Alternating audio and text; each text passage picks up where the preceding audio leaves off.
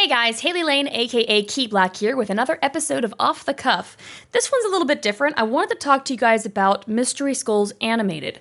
Now, if you've been following me for the past several years, you're probably already familiar with the topic here. If you're not, well, first off, Mystery Skulls Animated is a series of music videos created for the musical artist Mystery Skulls. The first one was commissioned from Ben Mangum back in, I believe, 2014. It was released October of 2014, at least, for Mystery Skulls' song Ghost. The premise of the music video is basically if you took the Scooby-Doo gang and you had Shaggy get possessed, kill Fred. Fred comes back as a vengeful ghost, and also on the side, Scooby-Doo himself is a kitsune. And today, I kind of want to run through how I found the project, how I got to know the people who were working on the project, how I got to work on the project myself, and then eventually, how I got canceled and kicked off the project very publicly by its creator. I found the music video series back in 2014 when it came out. It kind of took the internet by storm. And it's a genuinely good music video. It's really cute, the music's bumpin', and I liked the style and I kind of liked the kind of creepy story to it. In fact, Mystery Skulls is what got me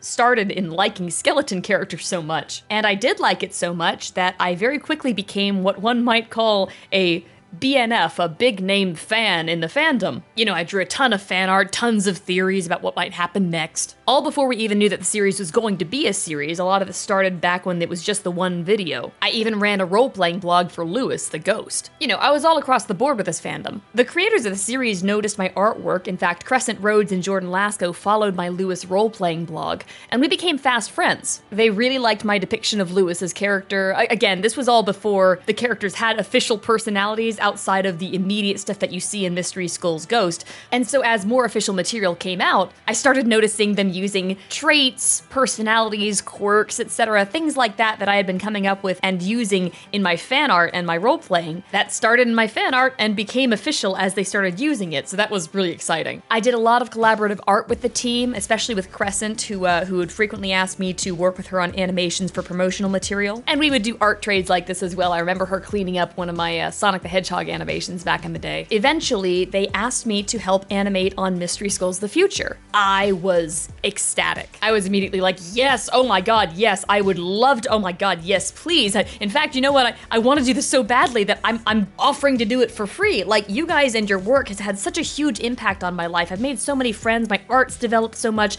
This is me wanting to say thank you for all of that. Crescent asked me, are you sure? And I went, listen, the only payment that I want is one of those mystery plush toys that I know you guys are making. I never got that, by the way. They gave me some of the hardest shots in the video, if not the hardest was the first one that they gave me. It was the 360-degree rotational fight scene between Vivi and Shiro Mori. It took me a while to get through that one, but when I did, I started kind of burning through a whole bunch of other shots as they were giving them to me. I was cleaning up other animators' work, fixing it up, and doing more stuff from scratch. And I really enjoyed the challenge. I really love doing action animation like that, and this was the perfect chance to, you know, kind of flex those muscles. I had a lot of fun with it. Now, of note, during this time, the same year, about, I don't know, 6 months before the release of Mystery Skulls The Future is when I got canceled alongside Jess for that Lilo and Stitch post that I made. If you're not familiar with what I'm talking about with that, there's a link in the description to a post that I made on Tumblr responding to the cancellation, and I highly recommend that you check that out in case you're curious about what all happened there and what I have to say about it. But to keep this video from derailing too much, when this cancellation happened, the team was pretty supportive, especially Crescent, you know, checking on me, making sure I was okay. Eventually though, Mystery Skulls The Future drops, we're all ecstatic, we're blasting it all over social media. I'm drawing more fan art, like, look, I did that shot! You know, I'm still really proud of the animation that I did on that project. And shortly afterwards, Crescent asks me if I would help her do more concept art for the following video. She wants my feedback and insight on Lewis's character, especially since he was going to have a new look in the following video, and it was really important to get this look right. So over November and December, we're going back and forth on his design. I do a couple of sketches, I do a couple of concepts, and, you know, we're deciding, okay, what kind of direction do we want to take him in? And then, all of a sudden, in January, the same night that I leave the USA and arrive in Ireland, completely alone for a new job, during the lockdown, so I have no human contact for 2 weeks, that same night, I get a series of messages from Crescent telling me that Ben Mangum, the creator of Mystery Skulls Animated, is going to publicly cancel me and publicly kick me off the project. I looked online and I was being canceled again. It turned out that somebody had discovered, although it was not a secret, that I had a Parler account. I liked the idea of having alternative social media. I didn't like that Twitter had a monopoly on the whole,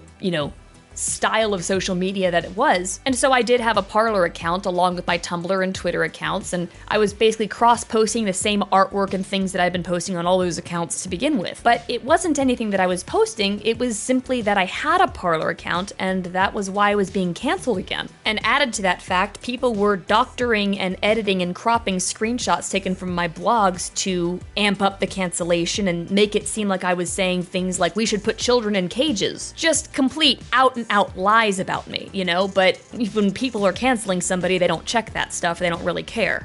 Being canceled is frightening, it had happened to me once before, but that didn't make it any less scary this time, especially since in my absence online, I've been flying all day, a bunch of people who I thought I was really close friends with started joining in and canceling me as well, or otherwise ghosting me. And now from Crescent, I'm hearing that Ben, who had been very supportive of me previously, as well as even before the last cancellation, I'd gotten mini canceled in the fandom before for having unpopular shipping opinions. He Skyped me at the time being like, hey, are you okay? All of a sudden, Ben is gonna join in publicly, and I'm gonna lose my position on the project, and Crescent makes it very clear that she's not going to stop him. So a couple of hours later, sure enough, Ben's post comes out. It's publicly denouncing me for all of these things that I did not say or do, and he's going out of his way to support all of these out-and-out lies about me, and he didn't check with me first. He didn't even ask me about any of this stuff, so I don't know if he didn't like me, or if he had a problem with my association with the project, or with the fact that I had a decent amount of clout in the fandom, or, whatever. But he was clearly more interested in getting rid of me and throwing me under the bus